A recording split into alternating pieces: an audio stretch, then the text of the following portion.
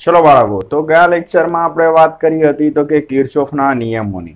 हवे आजे आपणे बात करीशुं तो के त्रण मेथड छे, बराबर छे। एमांथी पहेली बे मेथड छे ए अज्ञात अवरोध शोधवानी छे अने त्रीजी जे मेथड छे अने ए छे तो के कोई पण ईएमएफ छे, बे कोष छे आपणी जोडे विद्युत कोष, एना ईएमएफ नी सरखामणी करी शको। बीजो तो के तमे आंतरिक अवरोध शोधी शको। तो एमांनी पहेली जे रीत छे एमां तमारे साधन वापरवानुं आवे छे व्हिस्टन ब्रिज। व्हिस्टन ब्रिज नो उपयोग शुं? तो मारी जोड़े कोई अज्ञात अवरोध छे, ए अज्ञात अवरोधनुं मूल्य जाणવું होय तो कोनो उपयोग करवो पड़े? तो के व्हिस्टन ब्रिज नो उपयोग करवो पड़े। हवे अज्ञात अवरोध एटले आपणे पेला कार्बन अवरोधनी वात नथी। अहींया मानी लो के कोई तार छे, बराबर, लोखंडनो अथवा एल्युमिनियमनो कोई तार छे, मारे ए तारनो अवरोध जाणવો होय तो हूँ कोनो उपयोग करी शकूं? व्हिस्टन ब्रिजनो उपयोग करी शकूं, बराबर छे। तो आ जे तमारी आंख सामे छे ए व्हिस्टन ब्रिजनी सर्किट छे। शुं छे? व्हिस्टन ब्रिजनी सर्किट छे, बराबर। तेमां सौथी पहेला आपणे शेनी वात करीशुं? रचनानी वात करीशुं। तो आकृतिमां व्हिस्टन ब्रिजनो परिपथ तमने बताव्यो छे, बराबर छे। सौथी पहेला आपणे रचनानी वात करीशुं, पछी एनी कार्यपद्धतिनी वात करीशुं અને પછી એમાં એક સમીકરણ મેળવીશું અને એનો ઉપયોગ શું છે એ આપણે થિયરીના એન્ડમાં વાત કરીશું। તો મેં કીધું એ પ્રમાણે વ્હિસ્ટન બ્રિજનો ઉપયોગ શું? તો કે અજ્ઞાત અવરોધ શોધવા માટે। હવે તમે હજી સુધી તો લેબમાં ગયા હશો નહીં, તો લેબની અંદર અવરોધ પેટી વપરાતી હોય છે। અવરોધ પેટી એમાં 1 ઓહ્મથી લઈને કેટલા? તો કે 10,000, 50,000, 1 લાખ અથવા ઇન્ફિનિટિવ અવરોધ ગોઠવવાની ક્ષમતા હોય છે। એ અવરોધ પેટીની અંદર જુદા જુદા મૂલ્યના અવરોધ હોય છે। મારે 20 ઓહ્મનો અવરોધ સેટ કરવો હોય તો એ અવરોધ પેટીની અંદર 20 ઓહ્મની એક કળ હોય, બરાબર। એ કળ હું કાઢું એટલે 20 ઓહ્મનો અવરોધ સેટ થાય। માની લો કે 55 ઓહ્મનો અવરોધ જોઈએ છે। હવે 55 ઓહ્મનો અવરોધ એની અલગથી કી ના હોય, એની અલગથી કળ ના હોય અવરોધ પેટીમાં, તો 55 કઈ રીતે સેટ કરવાનું? 50 + 5 એટલે 5 ઓહ્મનો અવરોધ કાઢો, 50 ઓહ્મનો અવરોધ કાઢો એટલે ટોટલ કેટલું થયું? 55। એ રીતે માની લો કે મારે 105 ઓહ્મનો અવરોધ કાઢવો છે તો 50-50 ના 2 હશે અંદર, તો 50-50 ના 2 કી કાઢો એટલે 100 ઓહ્મ થઈ ગયા। બીજી એક 5 ઓહ્મની કળ કાઢો એટલે કેટલા થયા? 105। તો આ રીતે તમારે એરેન્જમેન્ટ એમાં કરવાનું હોય છે। તો એને કહેવાય અવરોધ પેટી, ઇંગ્લિશમાં કહેવાય રેઝિસ્ટન્સ બોક્સ, બરાબર છે। તો સૌથી પહેલા તમારી આંખ સામે જે છે મેં કીધું પ્રમાણે વ્હિસ્ટન બ્રિજની આકૃતિ છે। તમે અહીંયા ધ્યાનથી જોશો તો આકૃતિમાં દર્શાવ્યા મુજબ 4 અવરોધો છે, બરાબર છે। આ R1, R2, R3 અને R4। જરૂર નહીં કે આને R4 કહો, તમે આને R3 પણ કહી શકો, આને R4 પણ કહી શકો। R1, R2, R3, R4, બરાબર છે। હવે આ જે R1, R2 અને R3 એ જ્ઞાત અવરોધના મૂલ્યો છે, એટલે કે આપણને ખબર છે એના મૂલ્યો। તમારે શું કરવાનું છે? જે R4 છે એ જે તમારા માટે અજ્ઞાત છે એની વેલ્યુ શોધવાની છે, કેમ કે વ્હિસ્ટન બ્રિજનો ઉપયોગ શું? અજ્ઞાત અવરોધનું મૂલ્ય શોધવાનું। તો R4 એ આપણા માટે શું છે? અજ્ઞાત અવરોધ છે। જ્યારે R1, R2 અને R3 એ શું છે? જ્ઞાત અવરોધ છે કે જેના મૂલ્યો આપણે જાણીએ છીએ। આગળ હું વાત કરું તો તમે અહીંયા ધ્યાનથી જોશો કે જે R1 અને R2 નું સામાન્ય બિંદુ B, R3 અને R4 નું સામાન્ય બિંદુ D ની વચ્ચે ગેલ્વેનોમીટર જોડવામાં આવે છે। તમે જો R1 અને R2 નો એક એક છેડો સામાન્ય બિંદુ B પાસે, R1 નો આ છેડો B પાસે, R2 નો આ છેડો B પાસે, R3 નો આ છેડો D પાસે, R4 નો આ છેડો D પાસે, એટલે R1, R2 નું સામાન્ય બિંદુ B, R3 અને R4 ના સામાન્ય બિંદુ D ની વચ્ચે ગેલ્વેનોમીટર જોડવામાં આવે છે। હવે તમારા માટે ગેલ્વેનોમીટર એ નવું સાધન છે। ગેલ્વેનોમીટર એનો ઉપયોગ શું? તો મારે પ્રવાહની હાજરી જાણવી હોય તો એ હું ગેલ્વેનોમીટરની મદદથી જાણી શકું। પ્રવાહની દિશા પણ હું ગેલ્વેનોમીટરની મદદથી જાણી શકું। હવે ગેલ્વેનોમીટર તે પ્રયોગશાળામાં વપરાતું મીટર છે। એમાં કેવું હોય તો તમને ઉપર છેલ્લી માહિતી આપું। એમાં છે ને એક આવી રીતે સ્કેલ હોય, બરાબર, માપક્રમ હોય। હવે એમાં માપક્રમમાં સેન્ટરમાં શું હોય? 0 હોય। પછી આ બાજુ 10 કાપા હોય, ડાબી બાજુ, જમણી બાજુ 10 કાપા હોય, બરાબર છે. એટલે કે 1 થી 10 સુધીના અંકો હોય ડાબી બાજુ, એવી રીતે જમણી બાજુ પણ 1 થી 10 સુધીના અંકો હોય. પછી એમાં શું એક દર્શક પિન હોય. જ્યારે પરિપથમાંથી પ્રવાહ વહેતો હશે અને ગેલ્વેનોમીટર તમે જોડેલું હશે, બરાબર છે, ફરી સમજો કે પરિપથમાંથી પ્રવાહ વહેતો હશે અને એમાં તમે ગેલ્વેનોમીટર જોડેલું હશે ને, તો ગેલ્વેનોમીટરની જે દર્શક પિન છે, જેને આપણે સોય કહીએ છીએ, એ કાં તો ડાબી બાજુ આવર્તન બતાવશે, કાં તો જમણી બાજુ આવર્તન બતાવશે. જો પરિપથમાંથી પ્રવાહ નહીં વહેતો હોય તો તમારી જે દર્શક પિન છે એ 0 ઉપર તમને અંક દર્શાવશે. એટલે જ્યારે તમારે બીડી શાખામાંથી પ્રવાહ વહેતો હશે ને, ત્યારે આ જે દર્શક પિન છે કાં તો ડાબી બાજુ આવર્તન બતાવશે, કાં તો જમણી બાજુ તમને આવર્તન બતાવશે. ક્લિયર? ઓકે, તો આ જે વાત થઈ એ ગેલ્વેનોમીટરની વાત થઈ. ચલો, એવી જ રીતે તમે અહીંયા જોશો R1 અને R3 નું સામાન્ય બિંદુ A, R2 અને R4 નું સામાન્ય બિંદુ C. તમે જોશો R1 નો એક છેડો A પાસે, R3 નો એક છેડો A પાસે, તો કોમન બિંદુ, સામાન્ય બિંદુ કોણ થયું? A. R2 અને R4 નું સામાન્ય બિંદુ C, કેમ કે R2 નો એક છેડો C પાસે, R4 નો એક છેડો C પાસે. તો R1 અને R3 ના સામાન્ય બિંદુ A, R2 અને R4 ના સામાન્ય બિંદુ C ની વચ્ચે બેટરી અને કળકી જોડવામાં આવે છે. તો આ જે વાત થઈ એ શેની વાત થઈ? તો કે રચનાની. બરાબર છે. હવે અહીંયા આપણે શું કરીશું? પ્રવાહનું વિભાજન કરીશું. કઈ રીતે? તો પહેલા રચના લખી નાખીએ, પછી આગળ પ્રોસેસ સમજાવું. બરાબર, તો સૌથી પહેલા રચનાને આપણે લખી નાખીએ. તો સૌથી પહેલું તમારે રચનામાં શું લખવાનું? તો આકૃતિમાં વિસ્ટન બ્રિજનો પરિપથ દર્શાવેલ છે. આકૃતિમાં વિસ્ટન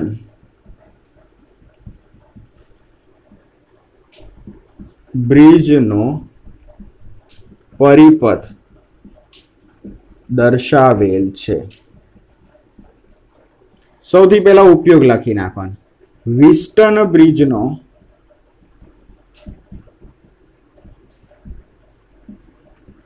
ઉપયોગ અજ્ઞાત અવરોધ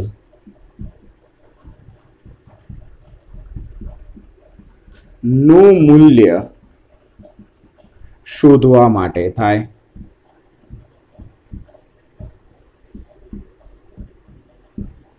અહીં R1, R2, R3 એ જ્ઞાત અવરોધ છે.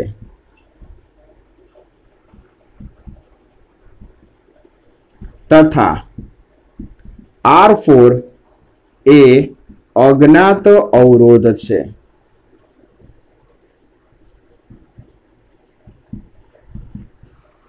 બરાબર છે. પછી આગળ શું લખવાનું? R1 અને R2 ના સામાન્ય બિંદુ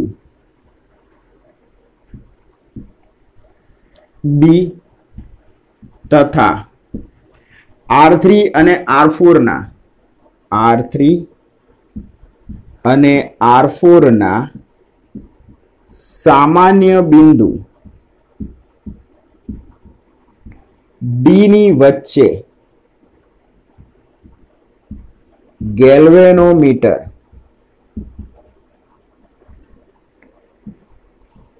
જોડવામાં આવેલ છે. ગેલ્વેનોમીટર વિશે વધારે માહિતી તમે મેળવશો ચેપ્ટર નંબર 4 ની અંદર, બરોબર? ત્યારે આપણે વધારે ડિટેલમાં ભણવાનું આવશે. તેવી જ રીતે તમે અહીંયા જોશો R1 અને R3 નું સામાન્ય બિંદુ A અને R2 અને R4 નું સામાન્ય બિંદુ C. R1 અને R3 ના સામાન્ય બિંદુ A તથા R2 અને R4 ના સામાન્ય બિંદુ C ની વચ્ચે બેટરી અને કળ જોડવામાં આવે છે.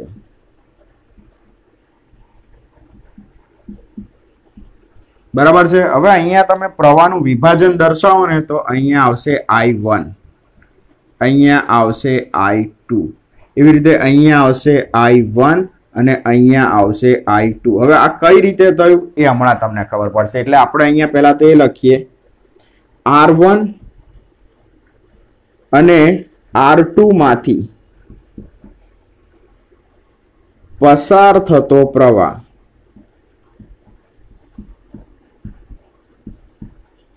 I1 તથા R3 અને R4 માંથી પસાર થતો પ્રવાહ I2 છે. આ કઈ રીતે થયું એ હમણાં આપણે કાર્ય પદ્ધતિ ભણીશું, એમાં ખ્યાલ આવશે. બરાબર છે. તો જોઈ લઈએ હવે કાર્ય પદ્ધતિ.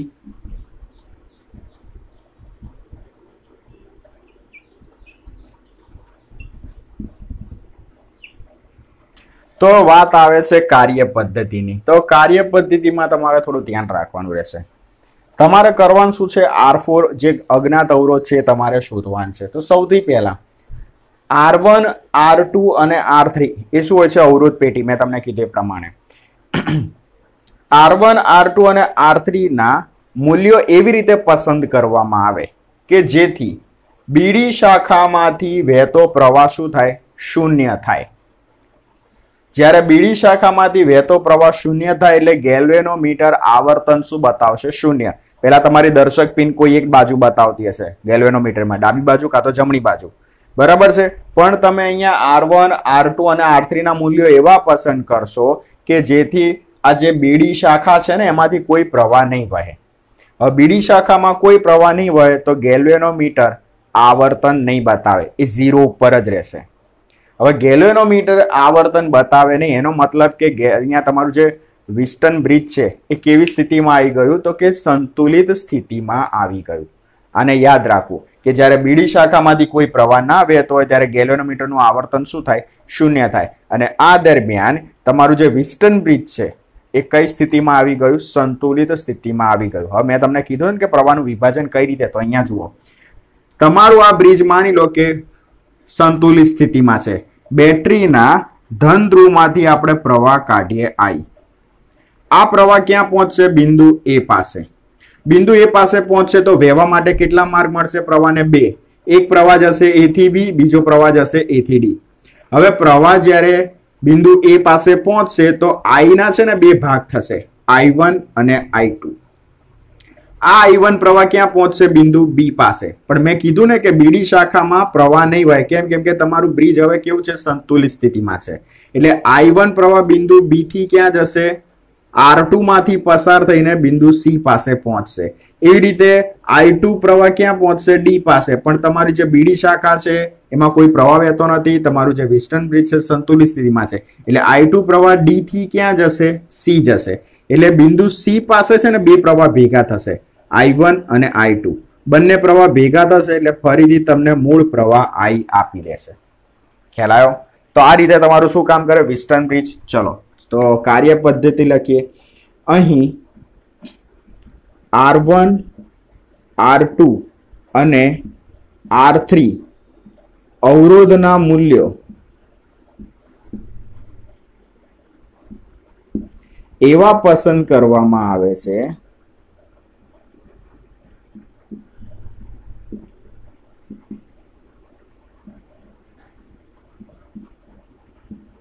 કે જેથી બીડી શાખામાં કોઈ વિદ્યુત પ્રવાહ વહેતો નથી. બરાબર. હવે બીડી શાખામાં કોઈ પ્રવાહ વહે નહીં. આથી ગેલ્વેનોમીટર શૂન્ય આવર્તન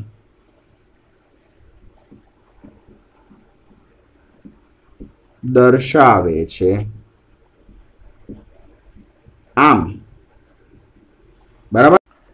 ગેલ્વેનોમીટર વિસ્ટન બ્રિજ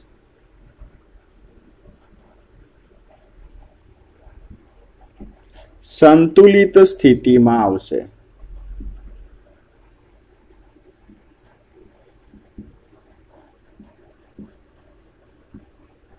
બરાબર છે. એટલે આ બાબત ધ્યાનમાં રાખવાના. કન્ડિશન થઈ કે જ્યારે વિસ્ટન બ્રિજ સંતુલિત સ્થિતિમાં હોય ત્યારે બીડી શાખામાંથી કોઈ પ્રવાહ વહેતો નથી, અને બીડી શાખામાં કોઈ પ્રવાહ ના હોય એનો મતલબ ગેલ્વેનોમીટર આવર્તન શું બતાવે? શૂન્ય. જેને શું કહેવાય? વિસ્ટન બ્રિજની સંતુલિત સ્થિતિ કહેવાય. બરાબર છે. તો પહેલા શું કર્યું? R1 R2 R3 અવરોધમાંથી ચોક્કસ મૂલ્યના અવરોધ કાઢ્યા, અને તમે અહીંયા શું કર્યું? બીડી શાખામાંથી વહેતો પ્રવાહ શૂન્ય કર્યો. એટલે વિસ્ટન બ્રિજ કેવી સ્થિતિમાં આવી ગયો? સંતુલિત સ્થિતિમાં આવી ગયો. હવે અહીંયા આપણે આગળ શું કરીશું તો થોડું મેથેમેટિકલી જોઈશું. મેથેમેટિકલી એટલે તમે અહીંયા જોશો કે તમારી જોડે કેટલા બંધ ગાળા છે? 2 બંધ ગાળા. મેં કીધું હતું કે તમને કિર્ચોફનો નિયમ તમે શીખશો એના પછી આપણે 3 થિયરીની અંદર કિર્ચોફના નિયમ એપ્લાય કરવાના આવશે. તો અહીંયા એનો સૌથી પહેલો ઉપયોગ છે. તમે અહીંયા જોશો તમારી જોડે 2 બંધ ગાળા છે, A B D A. બીજો બંધ ગાળો કયો છે? તો કે B C D B. આ 2 બંધ ગાળા છે. તમારા બંને બંધ ગાળા માટે શું કરવાનું છે? કિર્ચોફનો બીજો નિયમ વાપરવાનો છે. તો માની લો કે પહેલો બંધ ગાળો આપણે પકડી લઈએ, A B D A. આ પહેલો બંધ ગાળો. એના માટે તમારે પહેલા શું કરવાનું હતું? યાદ કરો પહેલું સ્ટેપ કે ભાઈ પહેલા તમારે પ્રવાહનું વિભાજન કરવાનું. તો ઓલરેડી આપણે પ્રવાહનું વિભાજન કરી દીધું છે. હવે જ્યાં જ્યાં અવરોધ આવે ને ત્યાં જ પ્રવાહ અને અવરોધનો ગુણાકાર કરવાનો. બરાબર છે. ચલો, બીજું સ્ટેપ શું હતું? મુસાફરીની દિશા નક્કી કરવાની. તો તમે અહીંયા જુઓ, અહીંયા આ બંધ ગાળાની અંદર કોઈ બેટરી છે? નથી ને.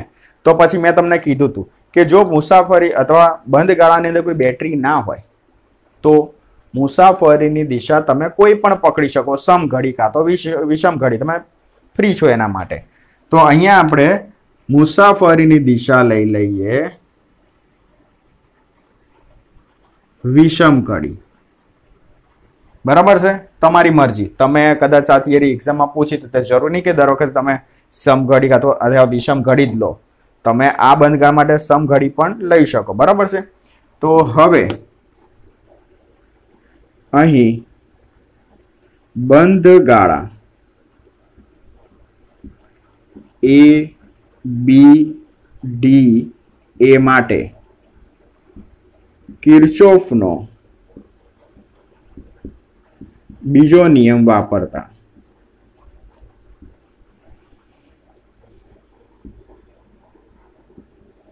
બરાબર છે. તો સૌથી પહેલા આપણે શરૂઆત કરીએ. માની લો કે R1 અવરોધથી શરૂઆત કરીએ. R1 અવરોધમાંથી વહેતો પ્રવાહ I1. પ્રવાહની દિશા અને મુસાફરીની દિશા બંને કેવી છે? પરસ્પર વિરુદ્ધ દિશામાં છે. તો પ્રવાહ અને અવરોધનો ગુણાકાર કેવો આવશે? પ્લસમાં આવશે. તો I1 R1 કેવા આવશે? પ્લસમાં આવશે.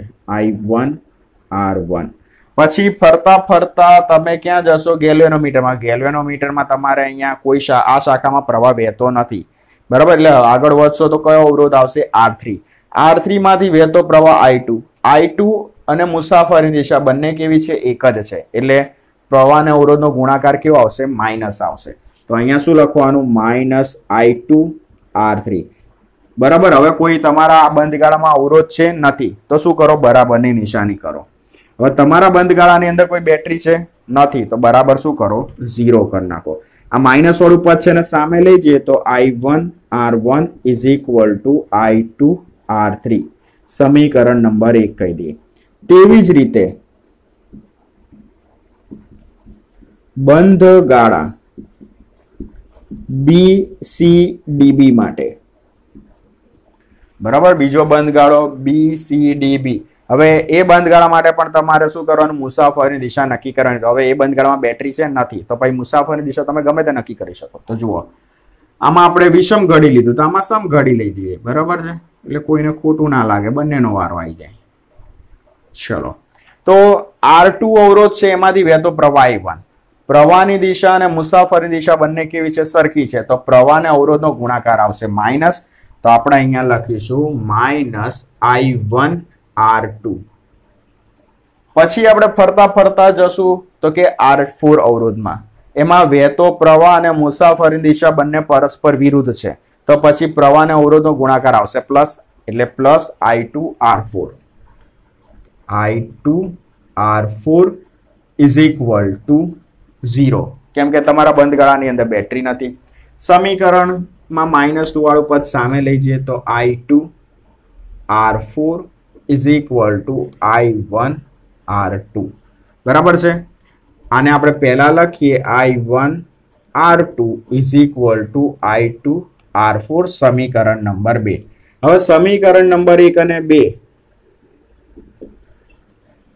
નો ગુણોત્તર લેતા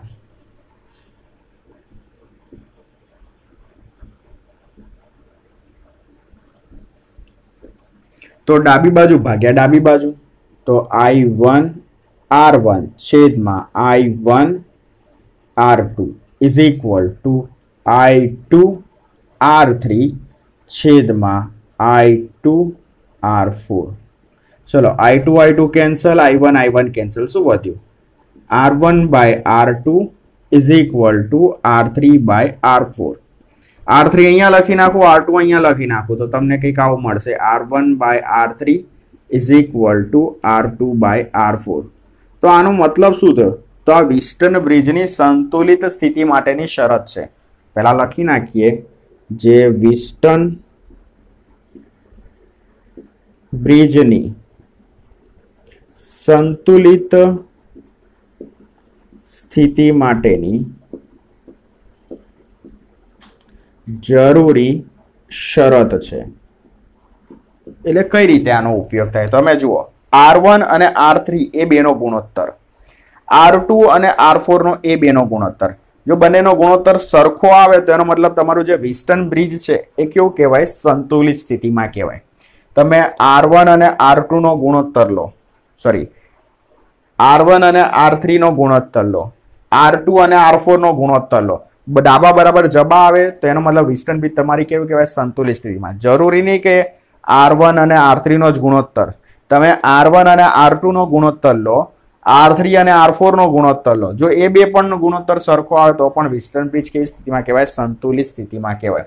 હવે આ છે ને તમારા પ્રયોગશાળામાં આનો ઉપયોગ થતો નથી, બરાબર છે, પણ થિયરી કામની છે. તમને રચના અને કાર્ય પદ્ધતિ પૂછે તો આકૃતિ લખવી જરૂરી છે, એટલે કે આકૃતિ દોરવી જરૂરી છે, બરાબર છે. એ સિવાય એના પછી તમારે આવશે તો કે મીટર બ્રિજ. તો મીટર બ્રિજ આપણે જોઈશું નેક્સ્ટ લેક્ચરની અંદર. અને ધ્યાન રાખજો થિયરીમાં કેમ કે પ્રયોગશાળામાં તમારે આ પ્રેક્ટિકલ પરફોર્મ કરવાનો આવશે. ઇઝી છે, સર્કિટ તમને જોઈન્ટ કરતા આવડે એટલે પ્રેક્ટિકલ એકદમ ઇઝી છે, બરાબર. તો જોઈ લઈએ નેક્સ્ટ લેક્ચરમાં.